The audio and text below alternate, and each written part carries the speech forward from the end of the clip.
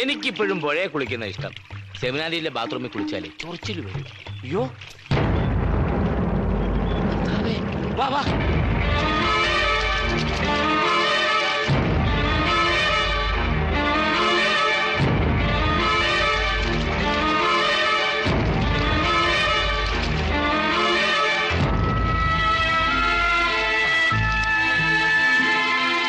കൊച്ചുമത്തായിയെ, ജീവനുണ്ടാ? എന്റെ ദേഹത്ത് നല്ല ചൂട്. വാ വേഗം വാ. കോടനാട് അപ്പുറത്തെങ്ങാണ്ടുള്ളതാ. പട്ടണി മൂത്ത് തള്ളേ 3 മക്കളും കൂടെ ആറ്റിച്ചാടി. ബാക്കിയുള്ളവർ പോയി. ഞങ്ങൾ കാണുമ്പോ ഇവന് ഏതാണ്ട് തീർന്ന മട്ട. എന്താ നിന്റെ പേര്? ദേവരാജൻ. ജാതി? ഓ, അതങ്ങനെ പറയാൻ മാത്രമൊന്നുമില്ല. വേണമെങ്കിൽ നമ്മുടെ കൂടെ ചേർത്ത്. എന്നിട്ട് വേണം ഇവന്റെ ആൾക്കാരെ എന്നെ എടുത്തിട്ട് തൊഴിക്കാൻ. മതമേതായാലും മനുഷ്യൻ നന്നായാൽ മതി എന്നാണല്ലോ. അത് മതി. പക്ഷെ ഇവൻ നന്നാവോ അറിയിച്ച? വലിയ പ്രതീക്ഷ വേണ്ട.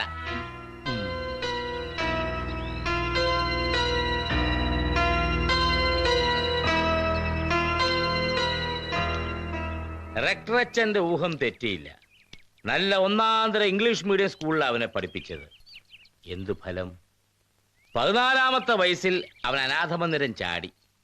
18-ാമത്തെ വയസ്സിൽ അവൻ അകത്തുപോയി, സെൻട്രൽ ജയിലിൽ. 3 കൊല്ലം കഴിഞ്ഞ് ജയിലിൽ നിന്ന് ഇറങ്ങുമ്പോ ദേവരാജൻ ഒരു തികഞ്ഞ ചട്ടമ്പിയായി.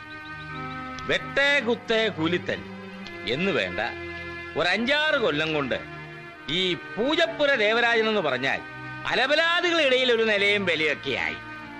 ഇരുട്ടടിയായിരുന്നു അവന്റെ സ്പെഷ്യാലിറ്റി. അങ്ങനെ ഡ്രാക്കുള എന്നൊരു വട്ടപ്പേരും. ഡ്രാക്കുള? അതേ ബ്രദർ, ഡ്രാക്കുള ദേവരാജൻ. ഈ നല്ല നല്ല ചട്ടമ്പികളാവുമ്പോ ഇങ്ങനെ ചില ഡിഗ്രികളൊക്കെ വേണമല്ലോ. കോട്ടയം കുഞ്ഞച്ചൻ, പ്രായിക്കര അപ്പ, ഇറച്ചിപ്പോളി. പക്ഷേ ഇവന്മാരിന്നൊക്കെ ദേവരാജന്റെ വ്യത്യാസം എന്താന്ന് ചോദിച്ചാൽ അവൻ നല്ലൊരു പണിക്കാരനായിരുന്നു. എന്ത് പണി? ഈ പണിന്നൊക്കെ ചോദിച്ചാൽ പല പണിയും ചെയ്യും. 1-ാമത്തെ പണി ക്രെയിൻ ഓപ്പറേഷൻ. അതായത് ഇടിച്ചു മറിഞ്ഞു കിടക്കുന്ന വണ്ടികളൊക്കെ പൊക്കിക്കൊടുക്കുക. പിന്നെ സമയം കിട്ടുകയാണെങ്കിൽ ഗുണ്ടായിസം. രണ്ടും കാശിനാ.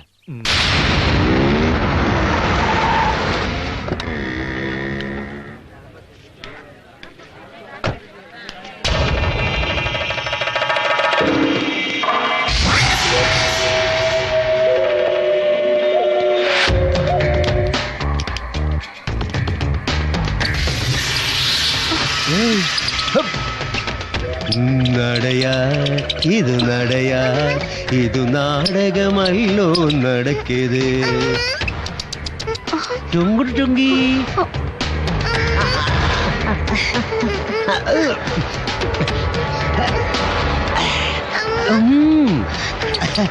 ഇത് മോമത്തപ്പ പതുക്കെ. ആ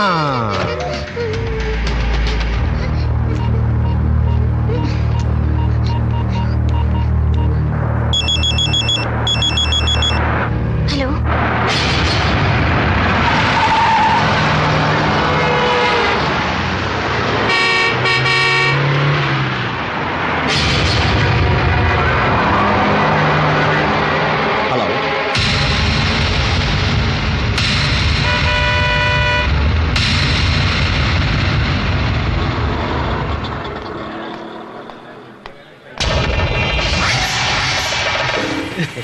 പദങ്ങളിൽ നൃത്തമാടിടും എന്റെ സ്വപ്നജാലം, നീയൊരു മലർവാടി. സ്റ്റേറ്റ് ബാങ്ക് എവിടെ? അടുത്ത സ്റ്റേറ്റ്. തളരല്ലേ നീ വിളറ, നീ ദേവയാനീ നിൻപദം ഞാൻ. വേഗം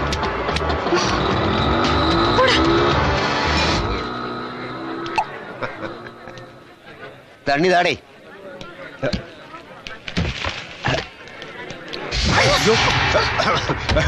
സോറി സോറി.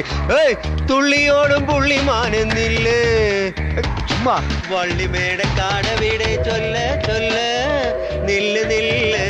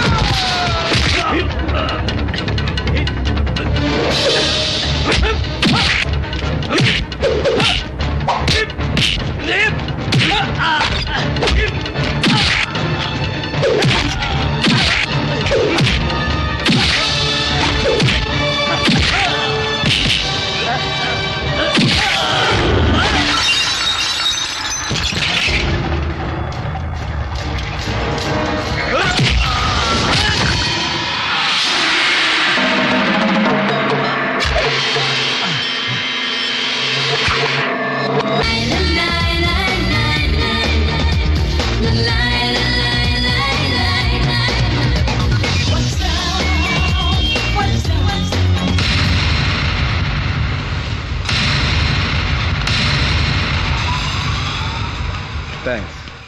എന്നെ സംബന്ധിച്ചൊരു ഇറിറ്റേറ്റിംഗ് ഹെഡേക്ക് ആയിരുന്നു. Thanks a lot. അവൻ ചത്തുപോകുന്നില്ലല്ലോ. ഓ, അതൊക്കെ മുതലാളിയുടെ സമയഗുണം പോലെ ഇരിക്കും. പണി കള്ളം കാണിക്കുന്നവനല്ലേ ദേവരാജ്. കാശ് മേടിച്ച് ചുമ്മാ ഞണിയാ പോരാ, മേടിച്ച കാശിന് പണിയെടുക്കണമെന്ന് പറയിച്ച് പഠിപ്പിച്ചിരിക്കുന്നത്. പറയിച്ചിന് മനസ്സിലായോ? എൻ്റെ ഗുരു അദ്ദേഹത്തിന്റെ വാക്യം തെറ്റിക്കല.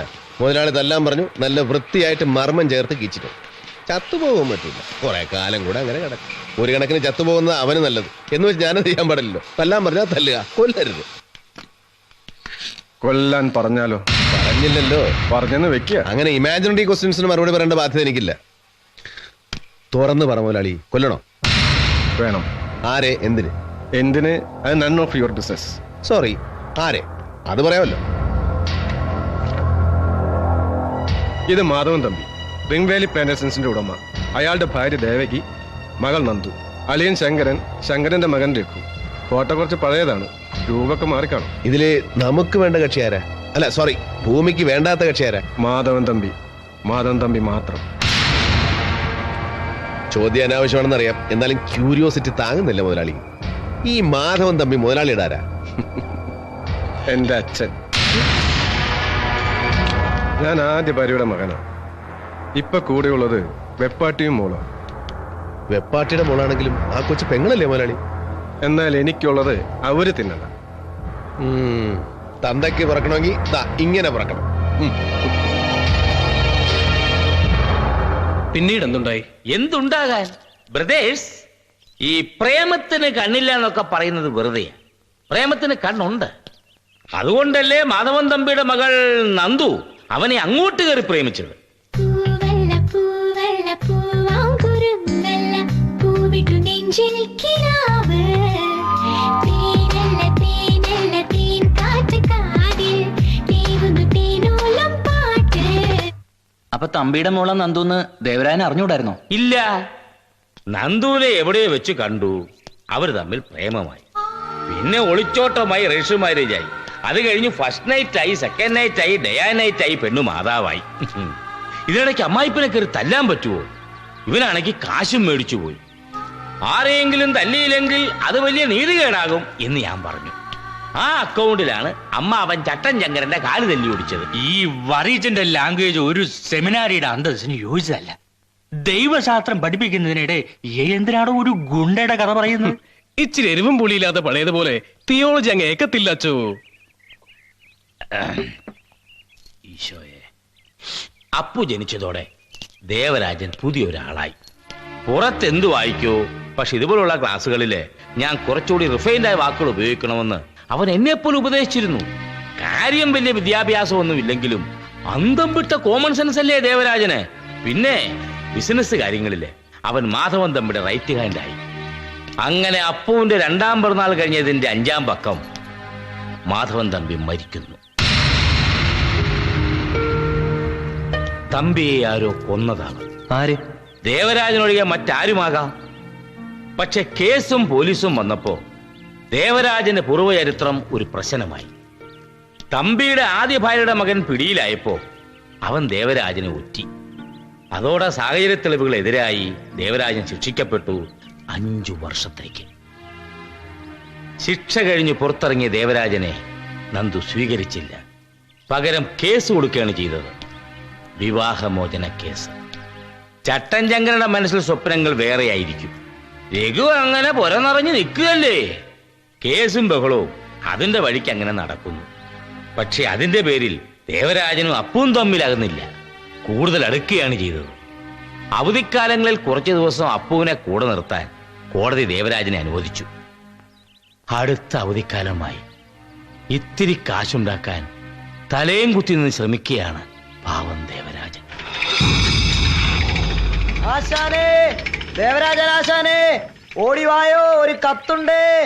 അച്ചുവേ, ഓടിവായോ, ഒരു കത്തുണ്ട്. അച്ചുവേ. ആരാണാവോ രാവിലെ ആശാനെ ലേലം വിളിക്കണത്? ഇങ്ങോട്ടാ. ആ മാസ്റ്റർക്ക് ഒരു ലവ് ലെറ്റർ ഉണ്ട്. നമ്മുടെ സർക്കിൾ ഇൻസ്പെക്ടറിന്റെ ആണ്. ആര്? ഏലിയമ്മേ? അല്ലെന്ന്, തൊരപ്പൻ അവരാൻ. കോട്ടമല പെരുന്നാളിന് മാഷാനെ തല്ലിയത് ഓർമ്മയില്ലേ? ഓ, നോർത്തിലെ സർക്കിള്. അവൻ എനിക്കെന്തിനാ എടുത്തു വിട്ടത്? നീ അതൊന്ന് വായിച്ചേ. ആ. പ്രിയപ്പെട്ട ദേവരാജൻ വായിച്ചറിയുവാൻ CI അവറാച്ചൻ എഴുതുന്ന കത്ത്.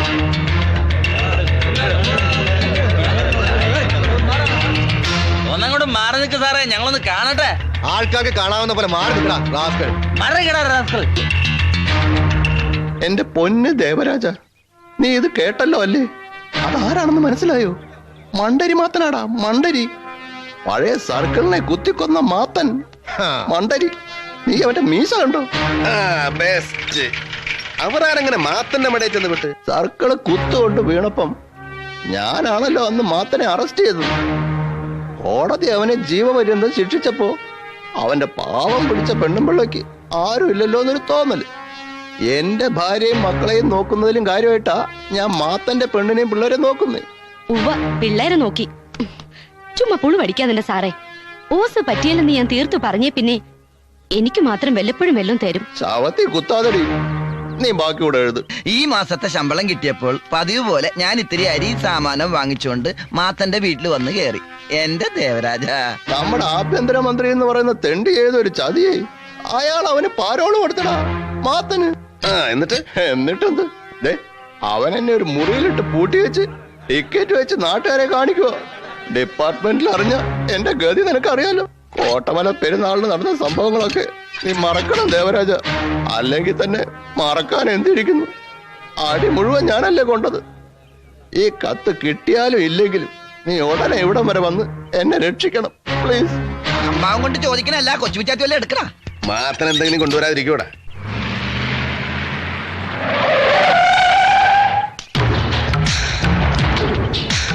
ആളെണ്ണം കൂടുതലാണ് ഇവിടെ. ഓ എണ്ണം നോക്കാതെ അടിക്കുന്ന ആളല്ലേ?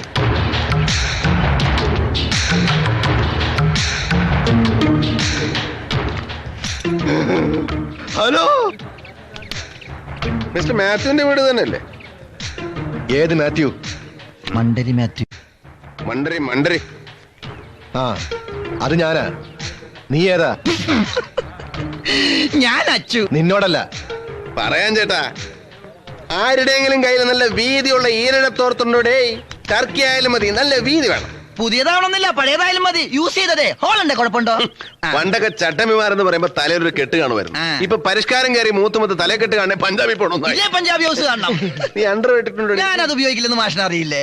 നിന്നോടല്ലേ? ഉണ്ട്. ഏതാ എനം? ഷഡ്ഡിയ? അല്ല, ബെർമുട. അയ്യോ, പരിഷ്കാരം എന്ന് കേട്ടോ. നല്ല ഇറക്കമുണ്ടോടെ, നാറ്റിക്കരുത്. എന്തിനാണ്? അതെ, രണ്ടറ്റവും കൂട്ടി തയ്ച്ചിട്ടേ ഒരു 10 കിലോ അരി മേടിക്കാനാ. ഇതേ നല്ല ഒന്നാന്തരം ഉണ്ട. ഇതിങ്ങനെ ചെളിയിലിട്ട് ഉരുട്ടിയാലേ ഇവന് പണിയാവും. മണ്ടരേശൻ, ഒന്ന് ഇങ്ങോട്ട് വന്നേ, ഒരു സുകാര്യം പറയാനാ. എന്നിട്ട് പോയിരുന്നു കളിച്ചോ.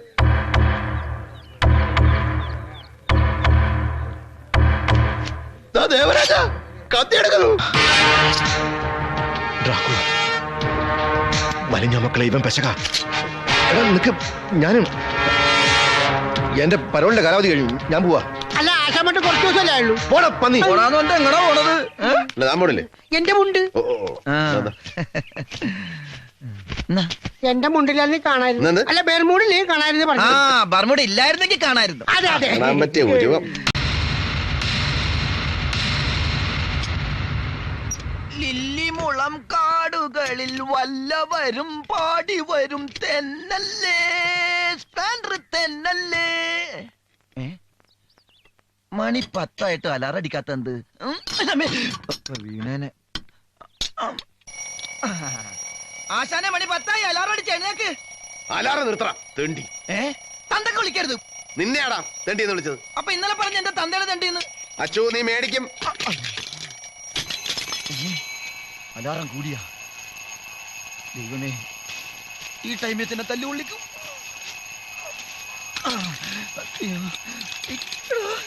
നിക്കണൂല കൊണ്ടാടാ കണ്ടിട്ട്. അയ്യോ,